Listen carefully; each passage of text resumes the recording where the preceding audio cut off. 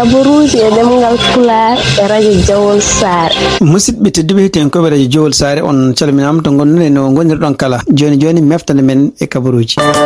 Meftande men kabaruji jamma hande jaten koye dendi Ama Touré e kabaruji dowlaji dentuɗi e kabaruji international. Bandiraɓe sehilaɓe heɗotoɓe radio Jawol Sare, kabaruji men e demgal Pulaar giɗiɗen ko fati woteji e oɗo jamma hande ne wayni ko woteji élection ngaji primaire ɗum noon ko parti démocrate e parti républicain foof ko yalti joni kam oɗo sa joni toon to Minnesota hono kamɓe démocrate ɗen pour wonande candidat ji yiɓe suɓede ko tumnata hande ko CNN report ɓe mbi wonde ko résultat jaltuɗi joni koye 19% tan yalti kono woni ko kanko sénatrice Amy Klobuchar ko kañum woni jogorɗo awde pour parti démocrate en wonande républicain ji en wayni résultat ji mum cuwa yaltoto kono en wayni yimɓe jeɗɗi noon tan taw ko républicain ji ɓe fof candidat ji pour lomtade hono kanko gouverneur mo Minnesota toon to kadi lundi site ko teskira o e oɗo heure mo gonɗen en wayni ko yimɓe ɗiɗo ene jogori yaade taranof noon kono kanko Darlin Graham ko Lindsey Graham lumtinaɗo ɗum o kanko yaddata e goɗɗo biyeteɗo Ralph Norman ɗum noon ko en hawnaki ɗo e jonti ɗiɗi pour ƴeewde hol jongorɗo wonde hen candidat pour lewru novembre hitande ujunnaji ɗiɗi e nogas jeegom ko awinde fof ma en garto hawnaki résultat ji woteji primaire oɗo e jamma talata hitande ujunnaji ɗiɗi e nogas jeegom.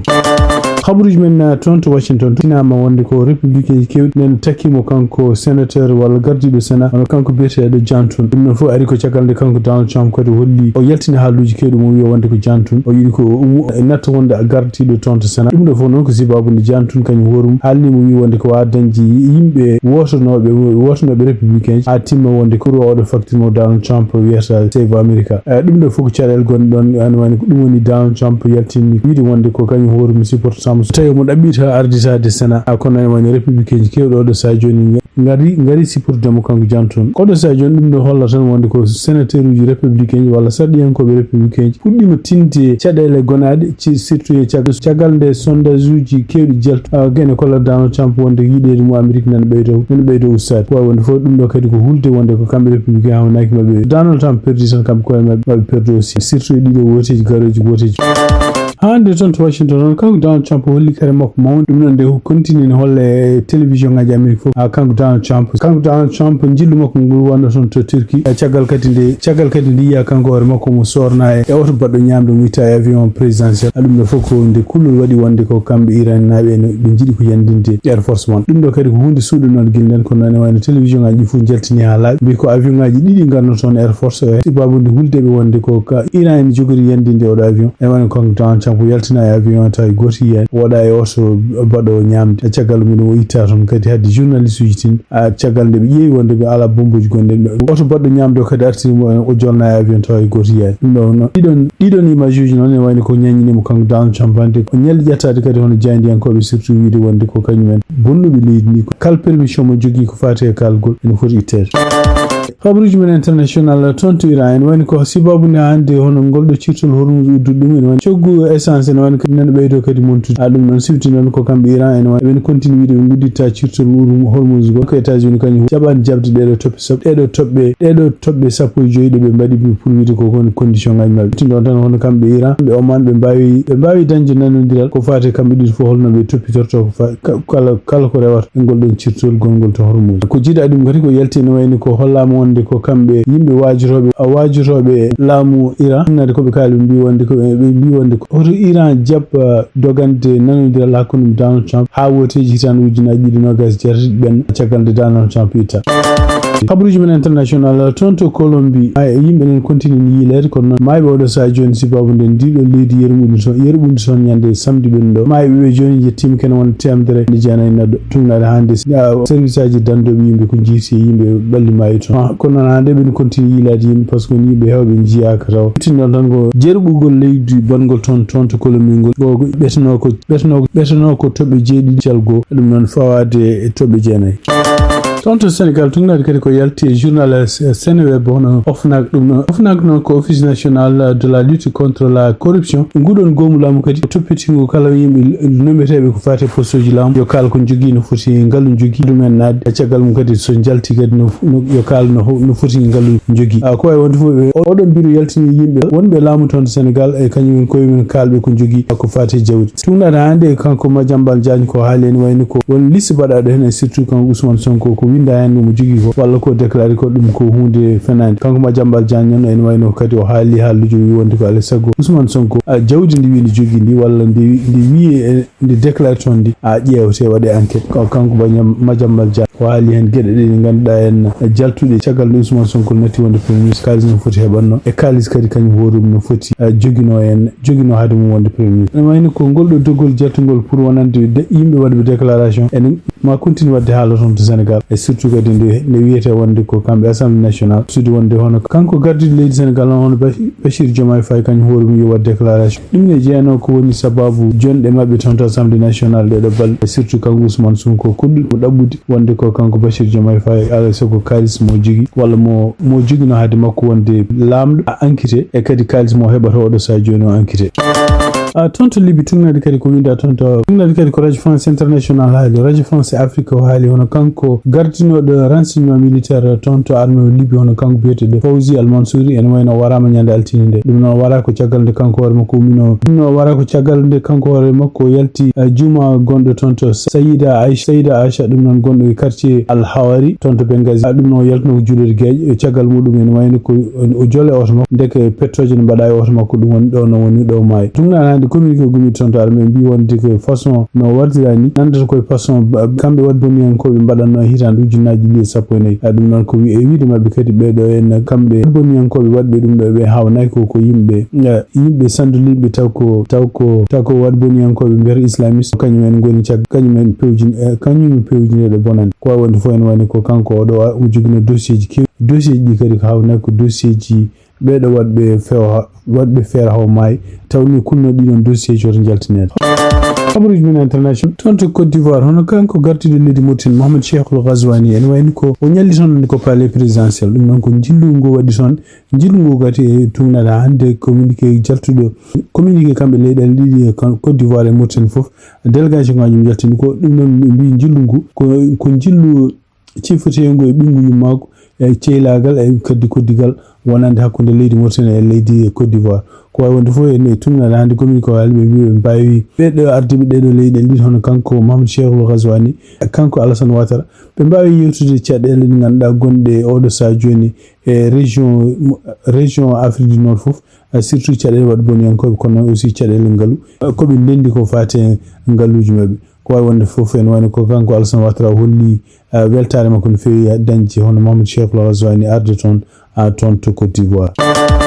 toon to Syrie hono kanko mennoɗo ardade leydi kanko Bachar al-Assad en wayno gardinoɗo leydi Syrie dogɗoɗo sa joni gonɗo toon to Russie en wayno o ñawama toon hande ñawgol makko noon o fawami makko yo ware gardiɗo ñawore hono kanko juge biyeteɗo Fakhar al-Din al-Arya en wayno ko kanko hoore makko kanko wi wonde ko gueɗe ɗe ganduɗa en ɗe waɗi ɗe annimo jogui warde yimɓe e kadi ko annimo jogui warde sukaɓe e ɗum noon kadi ko sukaɓe ɗum ɓe ganduɗa ɓe keɓani duuɓi 15 limti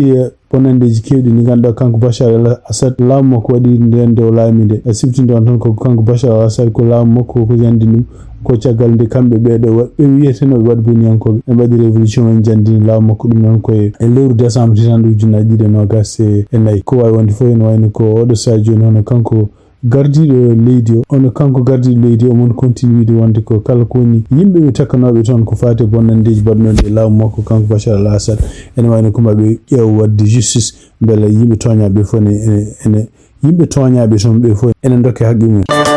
habaruji men international cakkitirɗen ko toon to Cuba ɗum noon tumnadi kadi hande ko kamɓe Cuba naɓe koɓe mbaali oɗo jamma talata ene wani ko manditare hono gardinoɗo leydi mabɓe hono kanko Fidel Castro ɗum noon manditare duuɓi temedere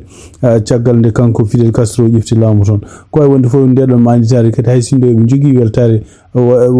weltare hollude weltare mabɓe ene wani ko oɗo sa joni Cuba kañum hoore mum woni koye caɗele mawɗe caɗele ɗe noon caɗele e surtout enne caggal kadi nde kañum hoore mum lurdiral woni hakkude muɗum e États-Unis waɗi donc surtout ɗon kanko Donald Trump mono continue hande wiide wonde ko kanko gardinoɗo leydi Cuba o gurɗo oɗo sa joni il faut ko nangue e kadi ene wayni ko leydi Cuba mo continue wadde peeje foof beele mo wawa yande toon ɗum noon kadi ene hayso ko gajutuji makko kanko Donald Trump mon continue wiide wonde so tawi Marco Rubio e kañum ene wona gardiɗo leydi Cuba iri wonande ɗum ɗon ɓurata moƴƴande yimɓe jeeyaɓe toon to Cuba ko wawi wonde fof ene wayno ko haysinde ko ndeɗo manditare kamɓe Cuba yimɓe jeeyaɓe toon to Cuba ɓen pentuno ɗum wayno ko labti tan caɗele gurdam nen ɓeydo toon tidde toon to Cuba. Bandiraɓe sehilaɓe heɗotoɓe radio Jowol Sare ma en jokkodiri joni e Tijane Niang wawa rokkude en page mo joginen ko fati coftal ɓaɗe. Tijane Niang bisimilla. jam hira moon musidɓe tedduɓe hettiyankoɓe haalirde radio Jowol Sare joni kabaruji men coftal ɓalli gadorɗen kabaruji men coftal ɓalli koye nder leydi Mauritanie hono keɓgol nationalité mo leydi Mauritanie hono défenseur équipe nationale mo leydi Mauritanie Jordan Lafort ndiɗo mbadi ari ko caggal yamirore hono hoorejo leydi Mauritanie Mohamed Ould Cheikh Al Ghazouani ko fate décret nationalité Jordan Lafort e numéro 1610 journal officiel jaltuɗo capantati lewru juillet hitande ujunnaji ɗe nogas jeegom en hollit Jordan Lafort heeɓi nationalité mo leydi Mauritanie ko siftinde bandiraɓe oɗo Jordan Lafort omo jogui iwdi leydi France hay sinno fettino ko pottitte ceylagal équipe nationale mo leydi Mauritanie nogas jeetati lewru mars hitande ujunnaji ɗe nogas jeegom hakkude équipe nationale mo leydi Argentine e nando mabɓe mo leydi Mauritanie ko Argentine wawno hebde polgu taw ko logui ɗiɗi loggol gotol loggol équipe nationale mo leydi Mauritanie adɗo ɗum ko Jordan Lafort e nder ndiɗo mbadi ma wallide équipe nationale mo leydi Mauritanie hono Jordan Lafort maw fettu pottitte tijjade ko fati qualification coupe d'Afrique hitande ujunnaji ɗe nogas jeeɗiɗi poɗɗo fuɗɗade mois de septembre paɗo gudditen hello men tourmaji Fouta hitande ujunnaji ɗe nogas jeegom jaaten koto wuro Jowol tourma Jowol hitande ujunnaji ɗe nogas jeegom kiiɗe hande ASC Garage kañum heeɓi polgue yesso Kippu FC Gori taw ko loggol gotol ndiga classement oɗo pool ko fate Pulaar ardi ɗum ko Kippu ASC Garage en jogui 6 points ɗiɗaɓo ko Kippu Loode Jama en jogui 4 points tataɓo ko Kippu Saldu Fouta en jogui toɓɓere wotere uddi dogol ngol ko Kippu FC Gori ala hay toɓɓere wotere elminama en sabbi pottal mum sakket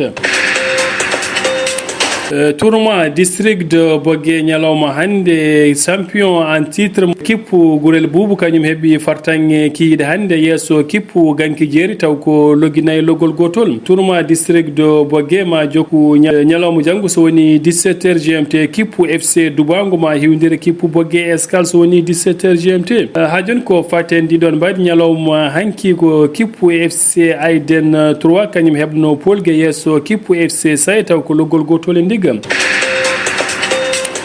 tirage au sort tournoi ñooli Carrefour hitande ujunnaji ɗe nogas jeegom yuɓɓinamo ñalawma hande en tawe hen 4 équipe ɓe pettata ko pottite demi final direct FC ñooli ma hiwdira Kippu FC Sare Ndogu FC Dubango ma jaɓɓo Kippu FC Thidé tournoi bolol doggo hitande ujunnaji ɗe nogas jeegom ko fate phase de poule ma fuɗɗo 15 nduɗo lewru ndu gonɗen Kippu bolol doggo ma hiwdira Kippu Hayre Goller so woni 17h GMT hono Mohsin Bodde ko joueur équipe nationale mo leydi Mauritanie ñalawma hande fuɗɗitima entraînement makko to Kippu ASC Douagne ko sitinde bandiraɓe oɗo Mohsin Bodde joɗimo fettani caggal blessure makko fati pottal qualification coupe du monde hakkude équipe nationale mo leydi Sénégal e équipe nationale mo leydi Mauritanie pottal ngal fettuno koto stade Diamniadio to leydi Sénégal ñalawma hande fuɗɗitima entraînement makko pottitte demi-finale coupe d'Afrique rewɓe hitande ujunnaji ɗe nogas jeegom ma fettu ñalawma janggo alarba ne hawray 12 lewru août hitande ujunnaji ɗe nogas jeegom so woni 17h GMT Kippu Malawi ma hiwdir Kippu Algérie ha joni ko fate ndiɗon mbaɗi Kippu Cameroun ma hiwdire pays organisateur Kippu Maroc on olympique lyonnais heeɓi polgu ñalawma hande ko fate premier tour ngam tawtorede ligue des champions Lyon ma ya barrage ko fate ligue des champions ɓe jogori hiwdirde ko Kippu Fenerbahce mo leydi Turque Lyon kiyiɗe hande kañum heeɓi polgu e yesso Kippu Spartak Prague taw ko logui tati e ndiga ko siftinde bandiraɓe pottite ale so ndendinama ko Kippu Lyon heeɓi polgu taw ko logui nayyi logui ɗiɗi super coupe Europe ñalawma jango alarba sappo e ɗiɗi lewru août so woni 19h GMT kippu Paris Saint-Germain ma hiwdiri kippu Aston Villa. Kabruji men cofsal walli ko ɗo kaadi en calmini hettiyankoɓe haalirde radio wol Sara to mbawi wonde foof. Tidiane Niang a jarama. musidɓe tedduɓe hettiyankoɓe radio Sara ko ɗo tongi meftande men e jamma hannde o en ñaguima joom jaam mo jaam woni junggo mum nde waɗante en jaam.